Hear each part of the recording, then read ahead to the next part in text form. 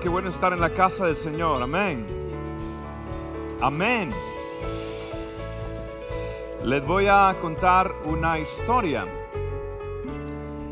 Y es de una chica que se llama Martha Goodwin. Martha era una chica normal como muchas de ustedes. Y Martha tenía el anhelo de eventualmente conocer a alguien, de casarse, de tener una familia, tener hijos, y así sucedió. Conoció a un chico llamado Mike. Mike era cristiano, amaba a Dios, de buen parecer, estaba financieramente estable, una bendición. ¿Sí o no que las solteras considerarían a alguien así una bendición? Ok. Quiero escuchar a las solteras. ¿Está bien? Apuesto, ama a Dios y tiene plata. Ahí sí, ¿verdad? Ahí más claro, ahí sí es una bendición, pastor. Ok, perfecto. Ahora, Martha se casó con Mike. Mike le juró amor eterno a ella y cuando ellos empezaron pues a desarrollar su matrimonio al pasar de 2 años, compraron una casa y ahora que compraron la casa, ellos querían pues tener hijos y buscaron tener hijos y el tiempo pasaba y parece que ella no concebía. Ella cada vez que se atrasaba su pues ciclo natural, ella iba inmediatamente a la farmacia a tratar de buscar la prueba de que estaba embarazada y siempre llegaba negativo. Con el tiempo esto fue afectando la relación. Martha y Mike empezaron a distanciarse emotivamente. Hasta el día que un día, pues Mike cruzó el umbral de la puerta para nunca más regresar y Martha quedó sola, abandonada. Al pasar el tiempo, 1 mes, 2 meses después, Martha recibió la noticia de que ella estaba pues con una enfermedad terminal, tenía cáncer. ¿Se pueden imaginar los sueños de esta muchacha destrozados? ¿Se pueden imaginar ustedes a esta mujer ahora con una enfermedad? ¿Se pueden imaginar ustedes a esta mujer cómo se sentía que sus sueños se habían derrumbado completamente? Ahora, esto hizo que Martha cayese en una depresión clínica. Y Martha, típico de estos casos, se aisló y ella simplemente se encerró en su casa, dejó de ir a la iglesia, no quiso más contacto con familiares o con amigos, simplemente ella quiso morirse. Una vecina, miembro también de la iglesia donde antes iba Martha, en una ocasión le trajo una plantita. Sabiendo que Martha no iba a abrir la puerta, simplemente se la dejó allí frente de la puerta. Martha en una ocasión tuvo que botar la basura y mientras botaba la basura salió y vio la planta. No le prestó atención y dejó que la planta se quedase allí casi hasta marchitarse. En una ocasión otra vez que salía a botar la basura, ella dijo, de pronto esta planta representa mi vida, que se está marchitando. Y quizás por esa similitud ella tomó la planta y la puso en una mesa dentro de su casa. Ella miraba cómo esta planta estaba muriéndose y de una forma u otra ella miraba la vida de esta planta marchitándose con su propia vida. En un día que ella pensó que la planta estaba completamente muerta, ella decidió ir para revisarla y botarla. Pero algo interesante sucedió. Y es que había solamente un puntico verde en una de las hojas y de ese puntico lo que le llamó la atención a Martha es que había allí un gusanito. Y esto misteriosamente despertó algo en Martha que empezó a regar la planta, no para mantener la planta viva, sino para mantener vivo al gusanito. Y cada mañana Martha empezó a volver a la vida, a revisar la planta para ver al gusanito vivir, crecer.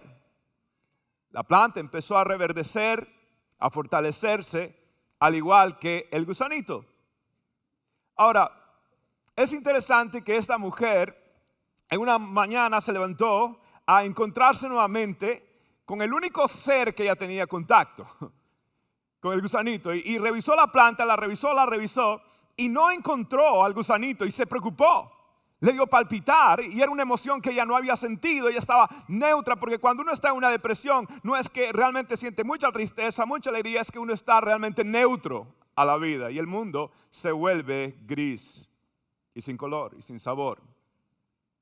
Y ella buscó a aquel pequeño animalito, insecto, y no lo encontró y se preocupó, y cuando dio la vuelta a la planta se dio cuenta que el gusanito estaba a lo último de una hoja y estaba ahora colgado, pero en un capullo. Y después de meses de tristeza, de depresión, de angustia, de un mundo gris, sintió que la voz de Dios vino a ella y le dijo: Marta, lo que este gusanito ve como el final de su vida, yo le llamo el comienzo de su vida. Y ya él no tendrá que arrastrarse, sino que se prepara para volar a su nueva vida y con nuevos colores y volver a la vida, pero completamente renovado. Quizás muchos de nosotros estemos en circunstancias pendiendo de un hilo. Pastor, ya no tengo el capital emocional para aguantar este matrimonio. Yo no sé qué hacer porque financieramente no hay esperanza. Pastor, los abogados me han dicho que no pueden hacer nada para ayudarme en mi caso. Pastor, el tiempo pasa y me estoy sintiendo sola. Me estoy sintiendo que yo necesito un compañero o una compañera. Y quizás lo que tú llames el final de tu vida, Dios le llame el comienzo de una nueva vida. Y Dios va a decir: basta de arrastrarte, es hora de empezar a volar, porque yo estoy a punto de hacer algo nuevo y sacarte de esos lugares y levantarte para los propósitos que tengo para tu vida. ¿Alguien lo cree en esta noche? Yo lo creo.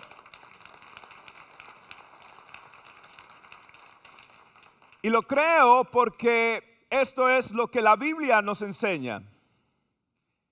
¿Quién iba a pensar que lo que no pudo hacer un pastor, una amistad, un familiar, lo que no pudo hacer un psicólogo, un psiquiatra, lo que no pudo hacer nadie, Dios simplemente utilizó un pequeño e insignificante gusanito para darle un mensaje de vida y de esperanza a Marta Goodwin?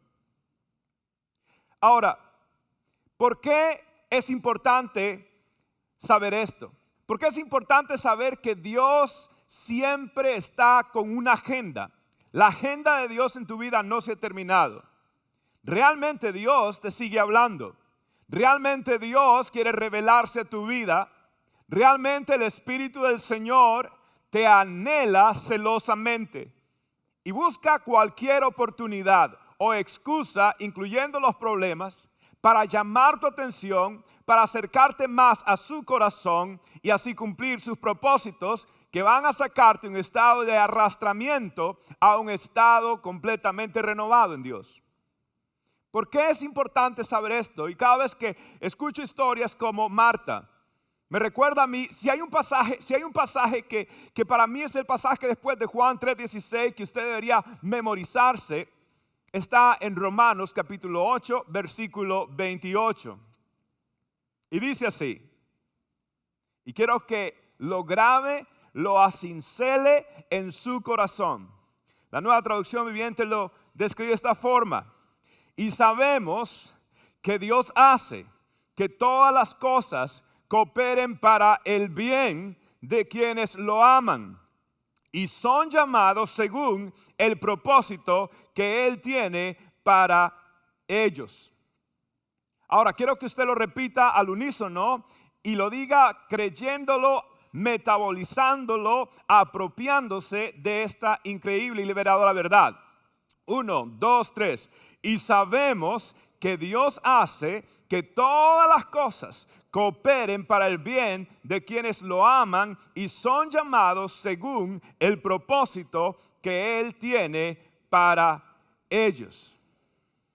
Cada vez que yo escucho historias como la de Marta, cada vez que yo escucho historias de redención, de perdón, de restauración, siempre recuerdo, y cada vez que leo este texto bíblico, recuerdo las palabras del apóstol Pablo en Romanos 8, 28.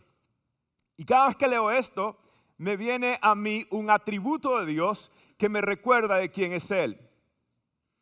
Y es que frecuentemente, en medio de las tribulaciones, es cuando los atributos de Dios se hacen realidad en tu vida. En medio de las tribulaciones, debes de crecer en conocer los atributos del Dios que adoras. Dios se vuelve más real. ¿Cuántas personas testifican de que conocieron a Dios más profundamente, más claramente cuando pasaron una prueba? Porque muchos de nosotros en tiempos de bonanza, en tiempos de todo es fácil y todo es hermoso, quizás no tenemos la intensidad de búsqueda de Dios.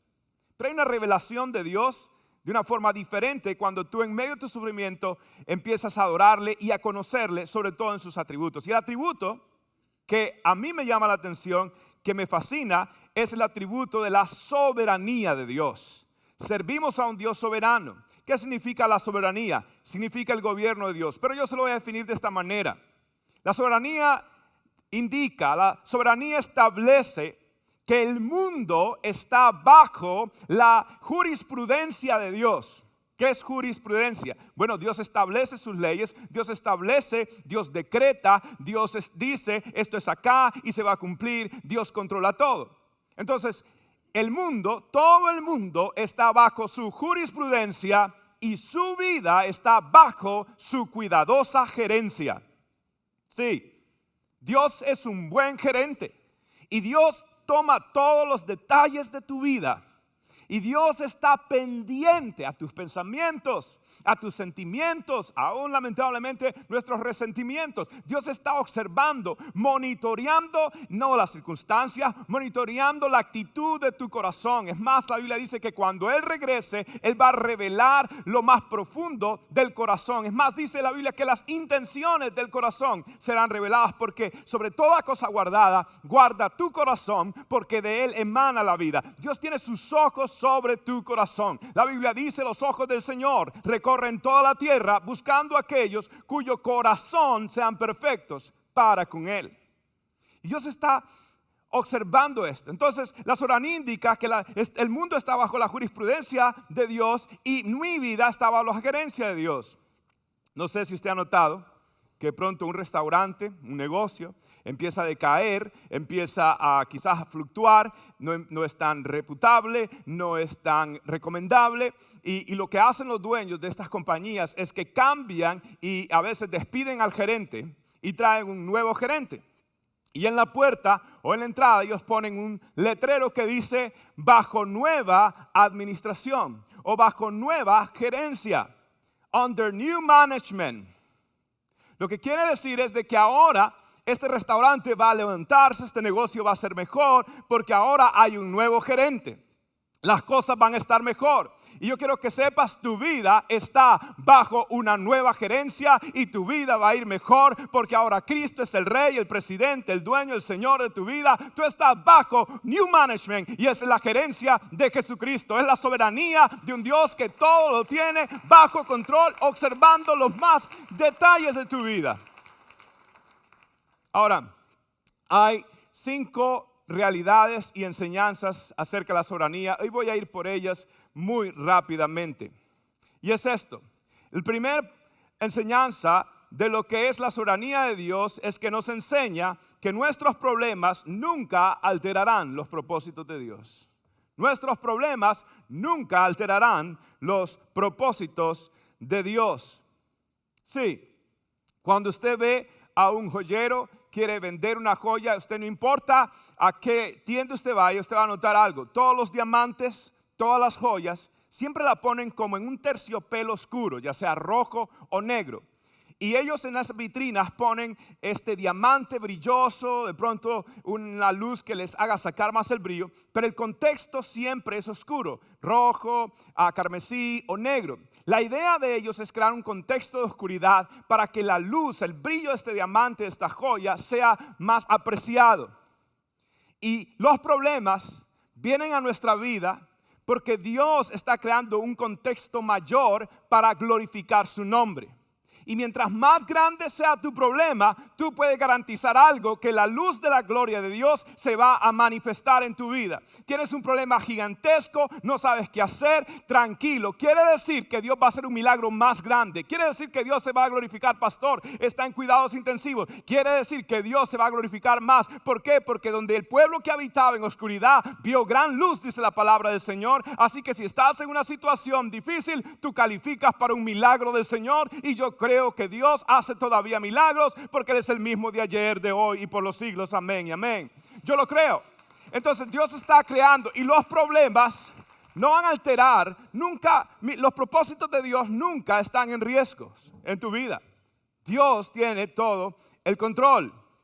Ahora, el segundo principio es este: que los problemas, Dios permite los problemas no para que nos ahoguemos, sino para que profundicemos en sus propósitos. Dios permite los problemas no para ahogarnos, no para que nosotros nos hundamos, sino para que nosotros profundicemos en sus propósitos. Cuando viene la lluvia, los peces no tienen miedo a mojarse, ¿cierto? Y cuando viene la tormenta, ¿qué hacen ellos en el mar? Tranquilo. Ellos simplemente se van más profundo, donde está la calma total. Y de igual manera, cuando venga un problema en tu vida, es una invitación de Dios a que tú profundices, que dejes de ser un cristiano superficial, que seas un cristiano maduro, que seas un cristiano profundo. Así que cuando Dios permite los problemas, no es para que nos ahoguemos, sino para que profundicemos. ¿A qué? A sus propósitos, a que veamos. Y esa es la diferencia. Los cristianos pasan problemas. Si usted es una persona que no conoce a Cristo, ¿cierto? No es un no creyente y pasa con su carro, con su coche, pasa sobre lugares de clavos o de tornillos, ¿qué va a pasar con su llanta, con su goma? Se va a... Sí. Ahora, y si viene un cristiano evangélico, ama a Dios, y pasa por los mismos clavos y los mismos tornillos, ¿qué va a pasar con su llanta? También se va a... Ay, yo pensé que los evangélicos no le punchaban la llanta. Ay, si le contaran. La diferencia es que aunque se nos ponche la llanta, nosotros por dentro no estamos ponchados, porque vamos a saber que hay un propósito divino en todo esto. Y esa es la diferencia. Nosotros vemos la vida diferente, las noticias diferentes, profundizamos, discernimos propósitos. Los cristianos realmente no enfrentamos problemas, los cristianos discernimos los propósitos en medio de los problemas. Y es diferente, es una apreciación totalmente diferente a como el mundo piensa. Y por eso es que Dios nos enseña a través de la soberanía.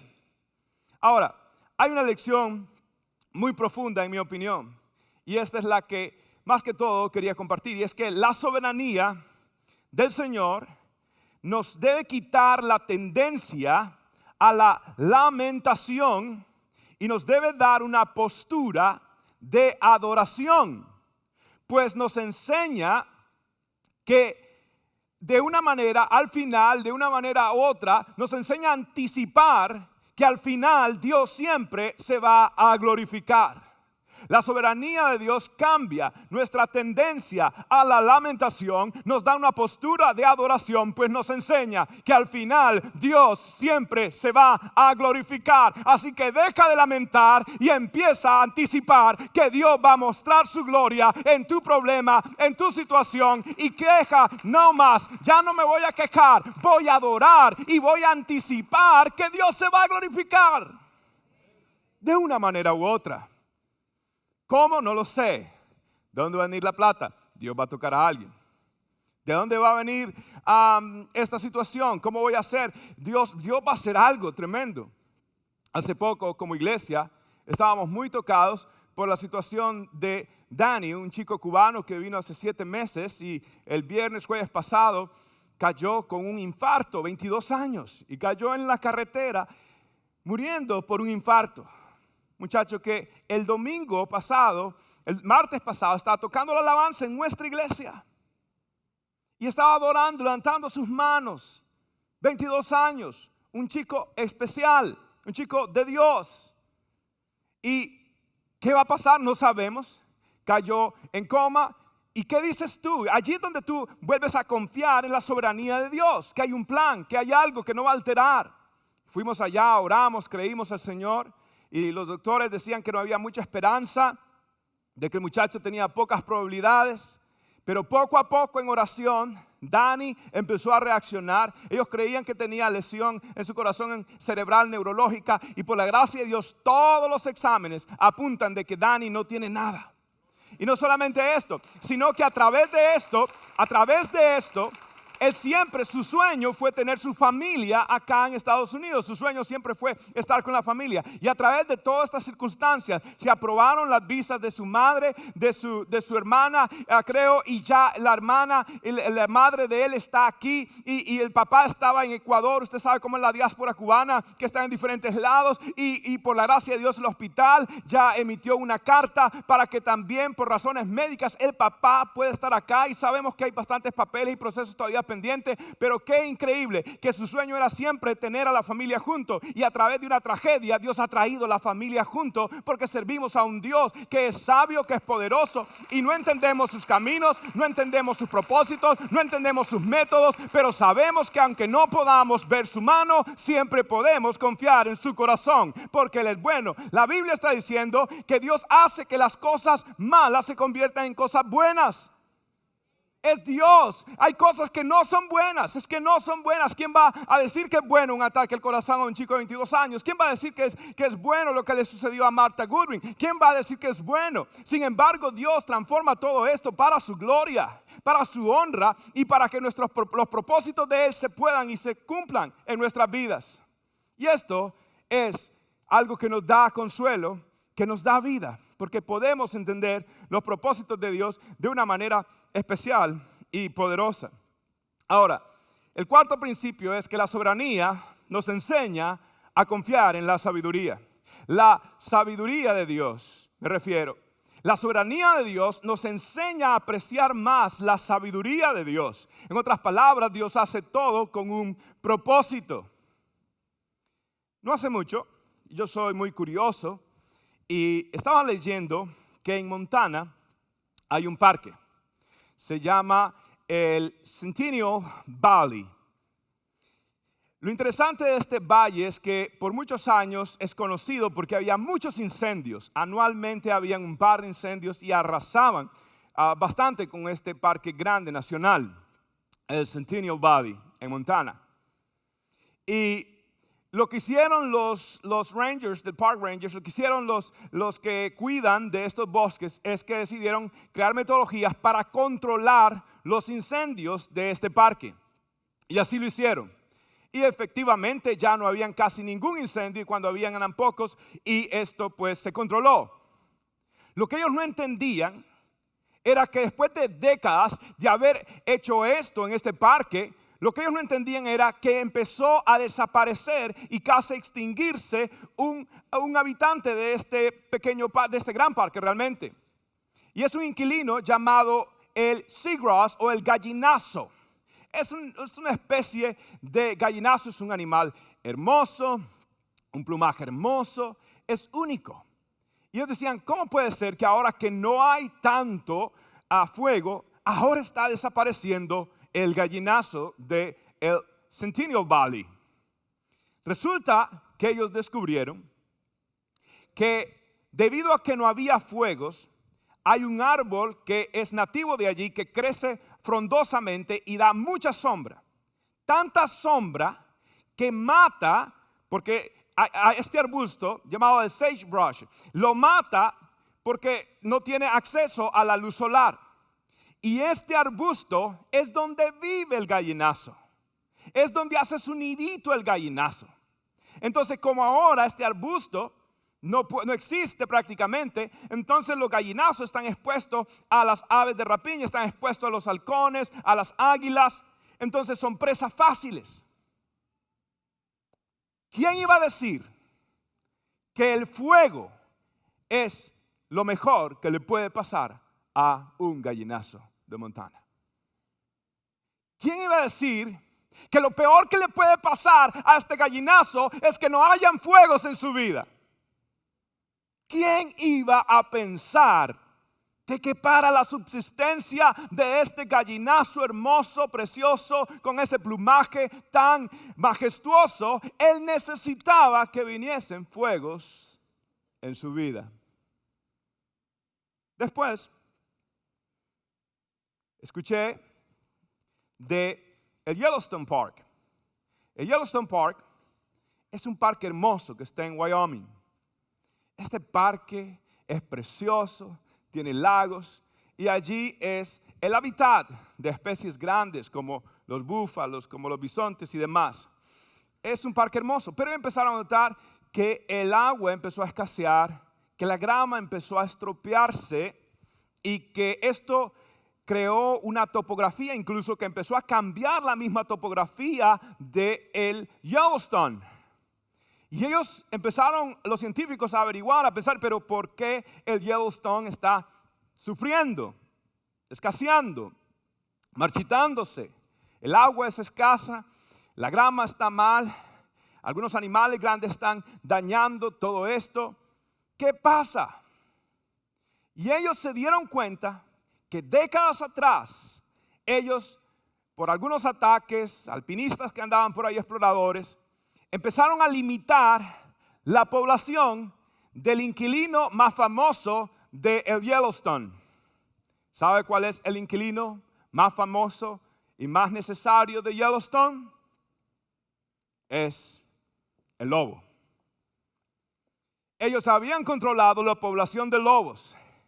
Y lo que sucede es que como habían menos lobos, entonces ya nadie pues controlaba la población de búfalos, ya nadie controlaba la población de bisontes y nadie controlaba la población de estos animales grandes que al pasar o al caminar y al correr dañaban la grama y dañaban la comida de otros animales y creaba un desencadenamiento ecológico que iba destruyendo este parque.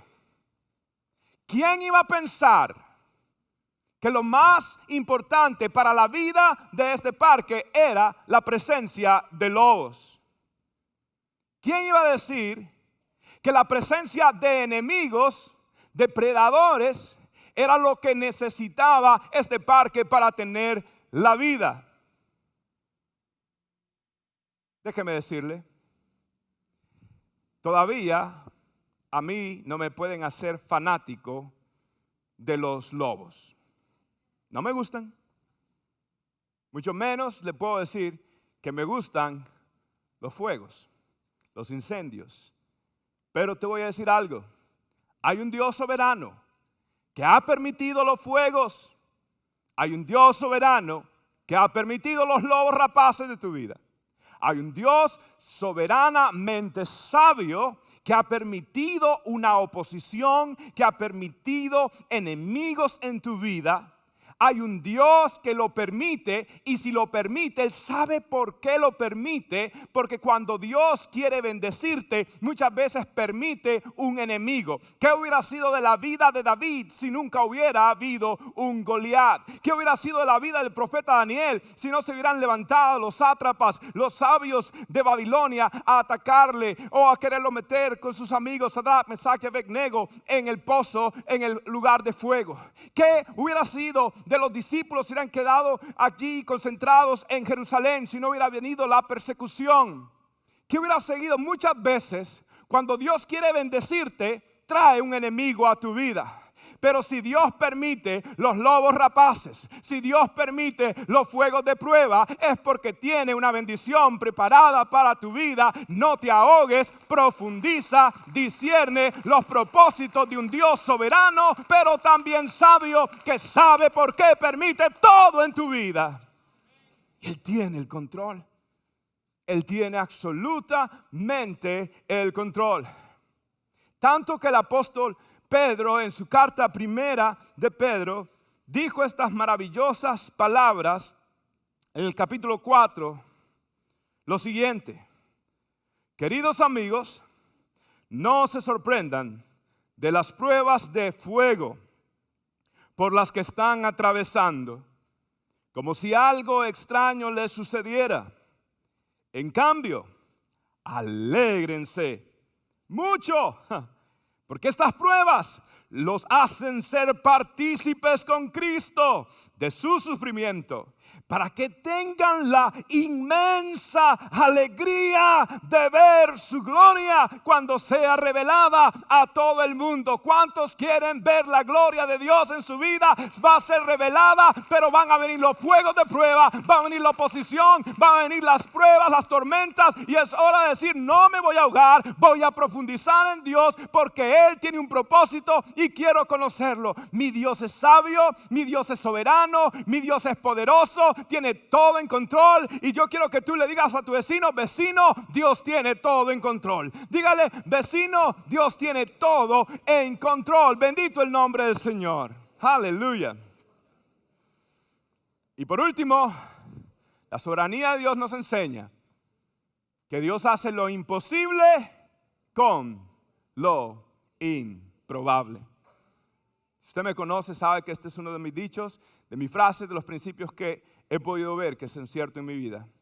Dios hace lo imposible con lo improbable. ¿Por qué? Es su soberanía. Pablo dice que nosotros no debemos de jactarnos, porque Dios puso este tesoro en vasos de barro, a fin que la excelencia del poder sea de Dios y no de nosotros. Dios sabe lo que hizo. Me escogió a mí, lo escogió a usted, y si Dios me usa a mí, Dios puede usar a cualquiera, le cuento. Y si Dios lo escogió a usted, yo no sé si se ha visto en el espejo, puede hacerlo con cualquiera también. Dios hace lo imposible con lo improbable. ¿Reciben la palabra de Dios esta noche? Bien, es bueno hablar de conceptos, pero quiero testimonio. He invitado acá al pastor Jorge Zapata y al pastor Bernardo Galeano, para que ellos no solamente nos digan esto: pastor, estas son las definiciones, sino que nos digan: estas son las ilustraciones, las demostraciones de la soberanía de Dios. Y quiero mover esto un poquito más acá para que sean más visibles mis amados hermanos. Un aplauso otra vez para ellos. Ok, hablamos de la soberanía, hablamos de la sabiduría, hablamos de un Dios que hace lo imposible con lo improbable, hablamos de un Dios tan bueno y tan misericordioso. Pastor Coco, de cariño le llamamos Coco, cuéntenos, díganos cómo esto ha sido una realidad en su vida, cómo usted lo ha visto, cómo usted lo ha comprobado, que verdaderamente servimos a un Dios soberano y un Dios infinitamente sabio. Sí, claro, pastor. Yo creo que usted lo dijo ahí, es mirarse al espejo. Y eso es lo que hago todos los días. Me miro al espejo y digo: Señor, no porque sea tan feo, pero digo: Señor, es tu gracia, es tu gracia. Si estoy aquí, es su gracia. Si estoy haciendo lo que estoy haciendo, créame que es su gracia. Y yo sé que muchos de ustedes lo entienden también. Cuando el pastor estaba hablando, yo me decía, por alguna razón Dios escogió el dolor, el proceso, para llegar a la bendición. Y Dios es un Dios tan bueno y tan bondadoso, que Él mismo se sometió al dolor. Y al dolor de dolores, yendo a la cruz y morir por nosotros. Yeah. Para que nosotros podamos identificarnos con un Dios no lejano, sino un Dios cercano. Yeah. Y en medio de mis pruebas y de mis luchas, que estoy consciente de que voy a tener más, y soy consciente de que hoy estoy bien y sé que mañana también voy a estar bien, pero van a venir luchas y van a venir pruebas, porque es la única manera de poder crecer realmente. En el proceso no lo entendemos, en el proceso luchamos, en el proceso es difícil, pero algo que he llegado a entender esta temporada en mi vida, y es que el Señor realmente quiere matar todo ídolo en mi corazón y que Él sea primero. De hecho, yo leí un texto en la mañana en donde Dios hizo pasar al pueblo de Israel por un proceso y le dijo: yo te he enviado al desierto para probar qué hay en tu corazón, para saber qué hay en tu corazón. No que Dios no sepa qué hay en nuestro corazón, pero por alguna razón, en medio de las luchas y de las pruebas, nos damos cuenta que no somos tan sabios como creemos que somos. Y Dios nos lleva a la humildad. Dios nos lleva al quebrantamiento. Y en el quebrantamiento, entonces, Él allí entonces puede hacer una cirugía en nuestros corazones. En el quebrantamiento, Él puede remover los dones que hay en uno también. En el quebrantamiento es ahí donde Él nos enfoca. Yeah. nos enfoca. Y nos damos cuenta de que Él es soberano, de que Él es el que tiene el control de las cosas. Nada se mueve si Él no lo permite. Y cuando nosotros confiamos en ese Dios, de pronto entonces ya no perdemos nuestro tiempo. Correcto. Ya no perdemos nuestro tiempo, sino que cada segundo que pasa vale. Cada minuto que pasa vale. Y ya no pierdes tu tiempo en otras cosas que no sea cumplir el propósito de Él. Y lo que creías que era para destrucción se convierte en bendición. Luego me he dado cuenta de que la misma bendición es bueno y es algo que Dios tiene para con nosotros, pero la mayor bendición es conocerlo en el proceso. Y por eso el rey David escribe el Salmo 139. Y es un salmo en donde él lo escribe cuando estaba en persecución. Estaba pasando por momentos difíciles. Y es que en los momentos difíciles podemos ver a Dios como nunca lo hubiéramos podido ver en momentos buenos. Y el Salmo 139 le escribe, y quiero coger esta porción de este texto, en el versículo 16, dice: mi embrión vieron tus ojos, y en tu libro estaban escritas todas aquellas cosas. Es decir, antes de que tuviera un cerebro, de que pensara, de que tuviera dones o talentos o lo que sea, antes de que se hiciera todo eso, Él ya tenía un plan. Yeah. Él ya había depositado los dones, Él ya sabía lo que ibas a llegar a hacer, cómo lo ibas a hacer, y tu vida está escrita en el libro de Él, en su mente, en su memoria.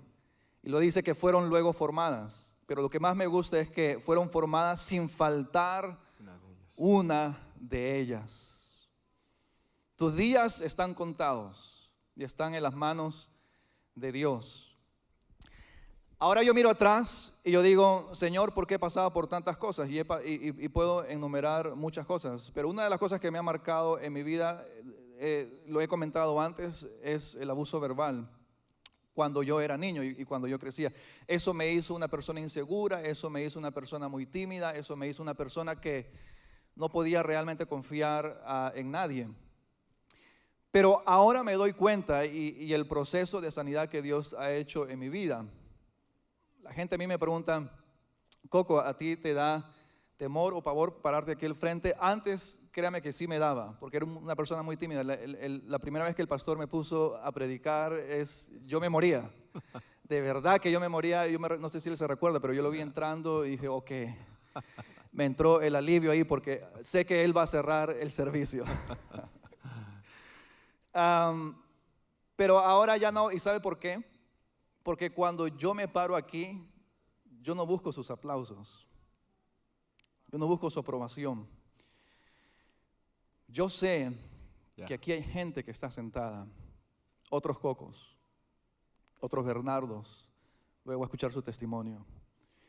Y es la oportunidad que Dios me da, 20, 30 minutos, la oportunidad que Dios me da para dejarte saber de que Dios te ama, tiene un plan contigo, Él no ha terminado, Él te puede levantar, no importa lo que la gente piensa de ti o tú mismo piensas de ti.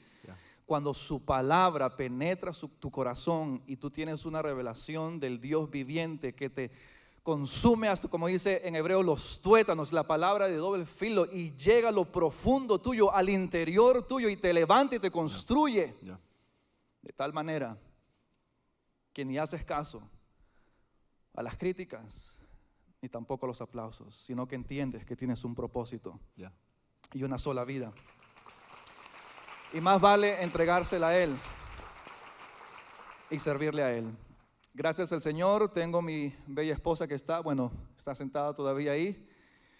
Y yo le doy gracias a Dios por ella, por su amor, por sus oraciones, por aguantarme también a mí. Créame que no soy fácil. Y el Señor nos ha bendecido con 2 niños y una que viene en camino también. Wow, me empató el partido. 3-3. ¿Cuándo lo desempata? No, pastor, yo creo que ya perdí ahí.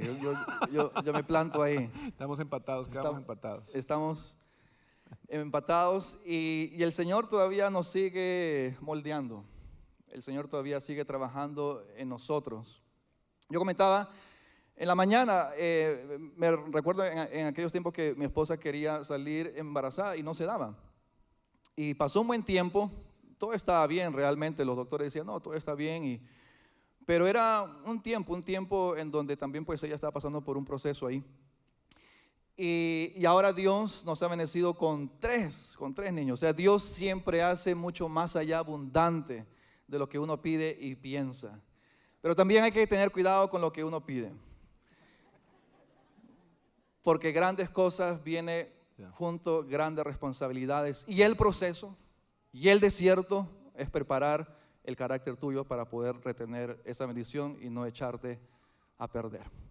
Qué bueno. Un aplauso grande a un hombre de Dios. Ahora, don Berna, usted tiene un testimonio desde que era chiquito, bueno, cronológicamente hablando. Berna, si alguien ha visto de verdad la realidad de esta palabra, es usted. Y algunos lo conocen, han oído, pero creo que hoy con ojos frescos quiero que nos ilustre en su propia vida cómo usted ha visto esta realidad de un Dios soberano que hace lo imposible con lo improbable. Amén, pastor. Primero que todo, muchas gracias por la oportunidad de estar acá. Es un privilegio y es un privilegio ser testigo de lo que Dios hace. Y como el pastor dice, hace lo imposible con lo improbable. Y yo me consideraba esa persona completamente improbable. Y mientras que ellos hablaban, me llegaba a mi corazón cómo Dios va haciendo planes para ejecutar y hacer mostrar su evangelio real, porque es completamente real. Y usa durante toda la Biblia personas, objetos, inclusive como plantas, como la zarza, como los animalitos estos que el pastor mostró. La zarza no era conocida, la zarza era una enredadera inservible, no servía para nada y escasamente daba sombra en el desierto. Y Dios, ahora si yo digo que hay una zarza aquí al lado, yo seguro que tú vas a tomarte una foto con ella, porque es una zarza. Dios la dio a conocer, era insignificante, pero Dios la dio a conocer. ¿Qué tal los discípulos? ¿Qué tal aquella mujer adúltera, rechazada? ¿Qué tal aquella samaritana que se la pasaba buscando maridos? Etcétera, etcétera, etcétera. Y Dios hizo lo imposible con lo improbable, pero para su gloria.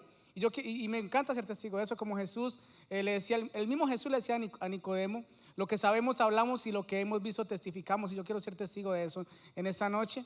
Y quiero empezar con una pequeña historia en mi niñez. Yo era un niño demasiado retraído, un poquito triste, mi cara era bien triste, todo el tiempo mantenía triste. Si usted me alegra ahorita es porque hay una razón, pero de niño ese era mi rostro, todo el tiempo estaba así. Todo el tiempo estaba triste, todo el tiempo estaba, pero porque había una situación en mi vida. Yo recuerdo más o menos en esa edad, tenía unos 8 o 9 años.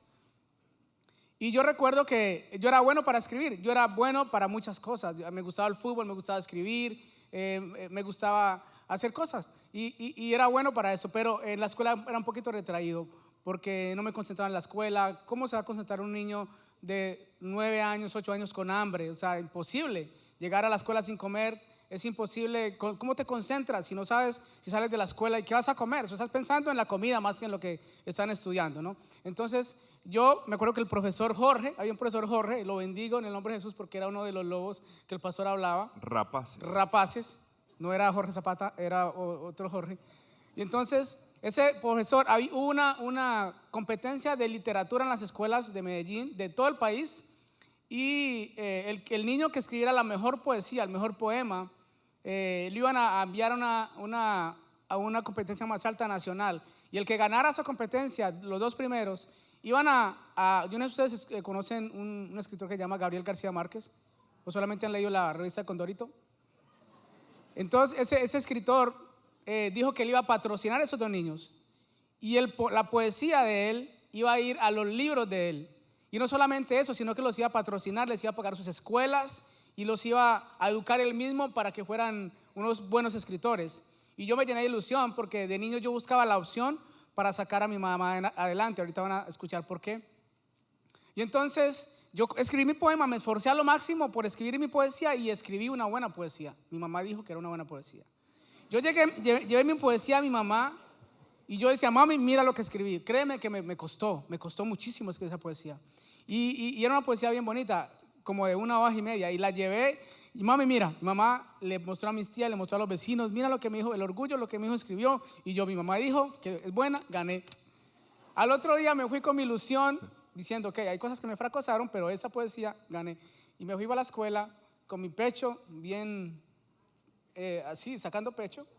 Y el profesor empezó a llamar a todos los niños y le entregaban la poesía. Wow, qué bien, tienes esto, tienes esto, tienes esto. Y él después iba a calificar.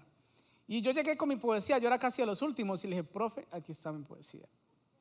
Y él la leyó y dijo, wow. La terminó de leer y dijo, dime, mijo, ¿de dónde tú sacaste esa poesía? Profe, yo la escribí. ¿Tú la escribiste? Dime, ¿de dónde la sacaste esa poesía? Yo la escribí, profe, yo la escribí. Dime la verdad de dónde sacaste la poesía, porque si tú no me dices dónde la sacaste, de qué libro la sacaste, yo la voy a romper y te voy a poner un 0.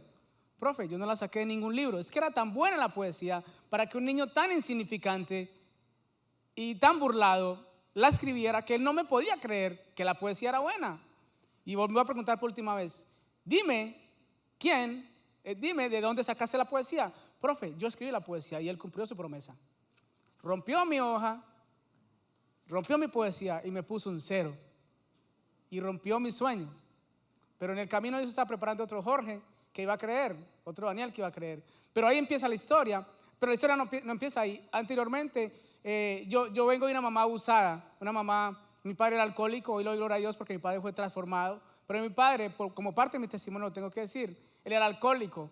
Y él se la pasaba tomando. Mi padre no proveía para la casa. Mi padre solamente iba a mi casa un tiempito y le pegaba a mi mamá unas cuantas pelas, dicen en Colombia, o palizas, pero no era cualquier paliza, o sea, la dejaba en el suelo, con sus dientes, le rompía los dientes, o sea, era duro las palizas que mi papá le daba, era un campesino, ellos eran campesinos. Mi mamá se casó a los 14 años con él tenía tal vez 35. Y yo me la pasaba viendo esa situación en mi casa, la frustración, el dolor, no había provisión para mí. O sea, para mis hermanos éramos 5 hermanos, y yo opté por tomar el bastón de la familia y irme a vender limones o vender tomates o lo que hubiera. Y yo iba y empezaba, yo vivía en un ranchito, ustedes ven, era hecho de madera y plástico, bien pequeñito, ahí dormíamos los 5 hermanos más mi mamá en una cama. Es más, uno de los 3 que hay son mis primos, 3 primos, están muertos, fueron asesinados. Y esa era mi vida, y yo optaba por hacer algo por mi familia, ir a vender limones. Nadie creía en mí. Y cuando era vendedor de limones, menos, era un simple vendedor de limones. Empecé a vender eso, empecé a jugar fútbol profesional en un equipo de niños, era muy bueno, en Colombia un equipo muy bueno, no puedo decir el nombre, pero empecé a jugar en un equipo infantil de fútbol, me abusaron sexualmente la primera vez.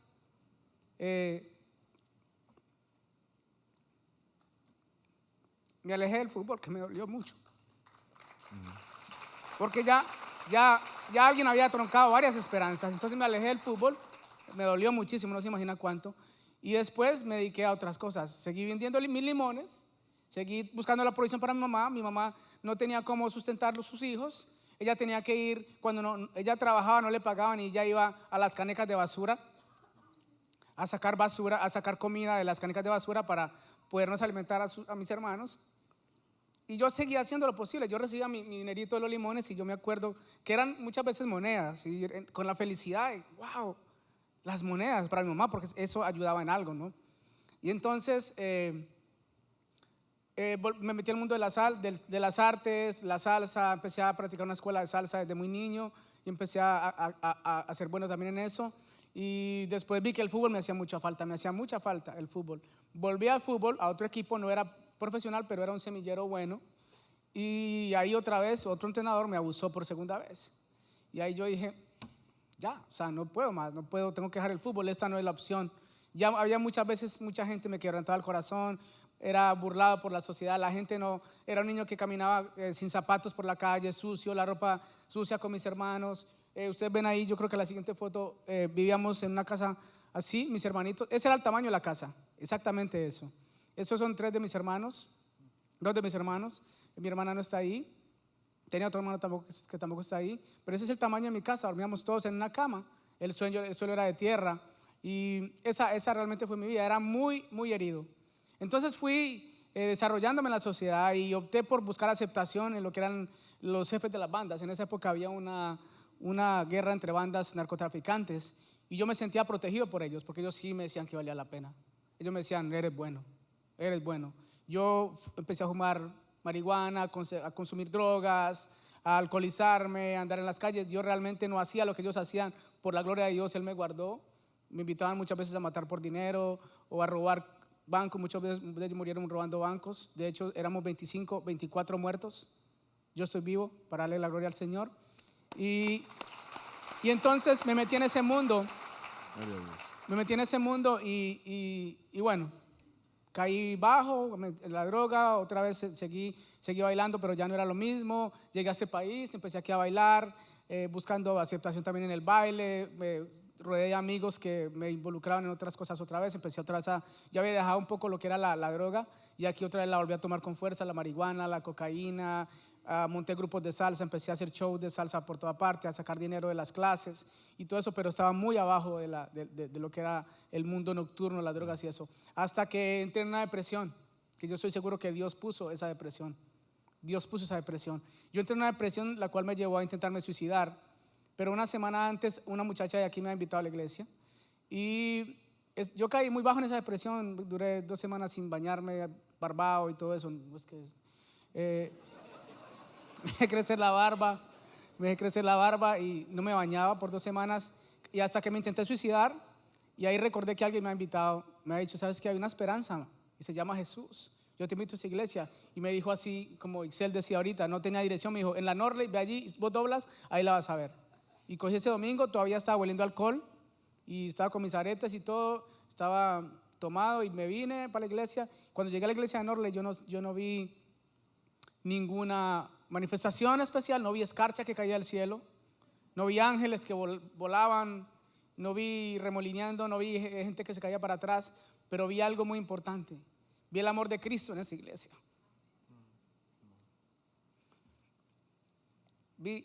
Sentí la presencia de Dios aquí, real. Sentí que aquí había transformación, que yo podía ser transformado aquí. Sentí que era aceptado aquí, que yo sentí que aquí iba a ser aceptado. Alguien se me acercó y me di cuenta, aquí voy a ser aceptado. Y fue así. Empecé un camino, empecé a esforzarme, empecé a tomar decisiones, caí una vez, pero Dios un día me habló una vez que caí y Dios me mostró, yo no te saqué de lo que parecía imposible para que siguieras haciendo lo mismo. Yo te saqué de lo que parecía que era imposible para que todo lo vieras posible. Y yo volví a la iglesia y me reconcilié con el Señor y empecé a meterme duro, a tomar clases. Cogí mi celular ese día, yo un día caímos por una discoteca y hice cosas allá, tomé y todo. Y metí mi celular, debajo de la llanta de mi carro y le pasé por encima a las 4 de la mañana, en plena 95. La gente podía pensar que estaba loco y sí estaba loco. Lo metí debajo del carro y le pasé por encima porque mis amigos me estaban jalando para atrás y yo decía, yo no me voy a dejar porque Dios tiene un plan para mí y voy a luchar por eso. Me alejé, mis amigos, gloria a Dios, hoy muchos de mis amigos están aquí. En la mañana mientras que predicaba habían varios y aquí veo varios de mis amigos que no los voy a señalar, tranquilos, pero ellos están acá hoy, dándole también gloria a Dios. Bernardo García Márquez, esto es bueno que la gente lo oiga porque muchos cristianos aman a Dios y todo, pero siguen una vida igual que el mundo. Y muchas veces tienen que tomar pasos radicales como el que usted tomó. Y dice, ¿sabe qué? Mi relación con Dios no me sacó del mundo para que yo regrese allá. Ya Dios hizo una obra y yo no soy la misma persona. Yo no estoy perdiendo mi tiempo estando en un ambiente donde Dios no está. Yo quiero estar donde Dios está, ¿sí? Y si voy a esos ambientes para cambiar a ese mundo y hablar de Cristo Jesús. Así que haga lo que tenga que hacer. Al final del servicio vamos a tener una canastita, deposite su celular ahí. Sí, yo recibo los celulares. Entonces, para cerrar, Dios, después de todo ese proceso, decisiones que Dios no iba a tomar por mí. Dios nunca me dijo a mí, hey, ¿sabes qué? La única manera de salir a tus amigos un tiempo, después ellos van a regresar, pero a la iglesia. Entonces, Dios no me dijo eso, yo tomé la decisión. Y entonces, después de eso, empecé a prepararme. Hubo gente, yo aproveché el momento, porque uno tiene que aprovechar el momento. Dios puso en mí un Jorge Zapata que sí creyó, puso un Daniel Arbolados que sí creyó, puso líderes y gente que sí creyó y yo aproveché ese momento que la gente sí creyó. Y Dios hoy en día pues me ha amado tanto y me ha tenido tanta misericordia que me dio un ministerio. Hoy le sirvo a Dios con todo mi corazón. Me dio una hermosísima familia. Me dio una esposa hermosa, un hogar hermosísimo con mi hijo Jos, una esposa que amo con todo mi corazón. Me dio un hogar, ahora yo no soy acepto porque sí, porque tengo que demostrar, soy acepto porque Dios, Cristo me aceptó. Tengo mi hijo que amo y que estoy súper enamorado de él. Me tiene un poquito loco, pero es súper, es hermoso. ¿Salió la mamá? Se parece a la mamá. Es No, lo único también. malo. No, No me parece a también. mí. No, Pero usted no mentira, también. ¿se parece algo a mí? No, Evi. No, se parece Sí, bastante. se parece algo No, a en mí. serio. Algo, no, Yo menos, sí. menos mal se parece a la mamá bastante. No, Yo tengo un versículo para ti. Una de las cosas que el pastor decía, que tiene mucha razón, y yo creo en eso, es que muchos de ustedes no se atreven, no porque no pueden, sino porque se creen, están impotentes, están atados a un recuerdo, están atados a no perdonar, están atados a no creer que Dios tiene un plan para ustedes. Y si Dios tuvo un plan para mí, tiene un plan para ti. Y yo tengo este versículo que yo quiero que te lleves en tu corazón, especialmente una palabra. Está en el libro de Salmo 139 y hay una conexión con el de Coco. No nos hablamos, yo le hablo a Coco de ese salmo, Dios me habla a mí de ese salmo. Y eso es lo que dice: tú creaste las delicadas partes internas de mi cuerpo y me entretejiste en el vientre de mi madre. Gracias por hacerme tan maravillosamente complejo. Tu fino trabajo es maravilloso, lo sé muy bien. Tú me observabas mientras iba cobrando forma en secreto, mientras se entretejían mis partes en la oscuridad de la matriz. Me viste antes de que naciera. Y hay una parte que yo quiero que te lleves en tu corazón y no la olvides nunca, porque esto puede cambiar tu vida. Dice: cada día de mi vida estaba registrado en tu libro. Cada momento fue diseñado antes de que un solo día pasara. Yo te quiero decir una cosa: tú eres parte del diseño divino de Dios. No importa lo que tú hayas pasado o estés pasando hoy, tú eres parte del diseño perfecto, del diseño divino de Dios. Tú tienes que creerte esa promesa, porque si yo me la creí siendo quien era, si el gusanito se aferró de la hoja, yo me aferro de esa palabra. Y hoy le creo a Dios. No sé Dios qué tiene conmigo más adelante, pero como Coco decía, y una cosa soy convencido: Dios no ha terminado el plan conmigo. El plan conmigo sigue, porque yo estoy dispuesto a darlo todo por Dios. Te invito a que creas esta palabra y creas que tú eres parte del diseño divino de Dios y des un paso adelante a creerle a Dios. Amén. Wow. Gracias mucho, Eva. Gracias mucho, Coquito. Puesto de pie en esta noche. Amigo, amiga que está aquí en esta noche o escucha esta palabra, Dios te ama. Y Dios dice: quiero rescatarte, quiero redimirte, quiero que me conozcas, quiero que dejes de luchar con tus fuerzas, quiero que dejes que yo te cambie, quiero que te rindas, que descanses, que por fin digas: ya basta, yo necesito a Dios y no puedo seguir de esta forma. Y si hoy tú dices: yo soy, pastor, ese que pende de un hilo, que siente que está al final de su vida, yo soy, pastor, es una de esas Martas, soy uno de esos Bernardos, uno de esos Cocos, pastor, yo necesito al Señor. Pues voy a orar, mi amigo, mi amiga, y voy a pedirle a Dios que entre a tu vida, que perdone tus pecados. Así que si gustas, la Biblia dice que si uno ora con fe y lo cree en su corazón y declara a Jesús como el Señor, la Biblia dice que Dios le va a salvar.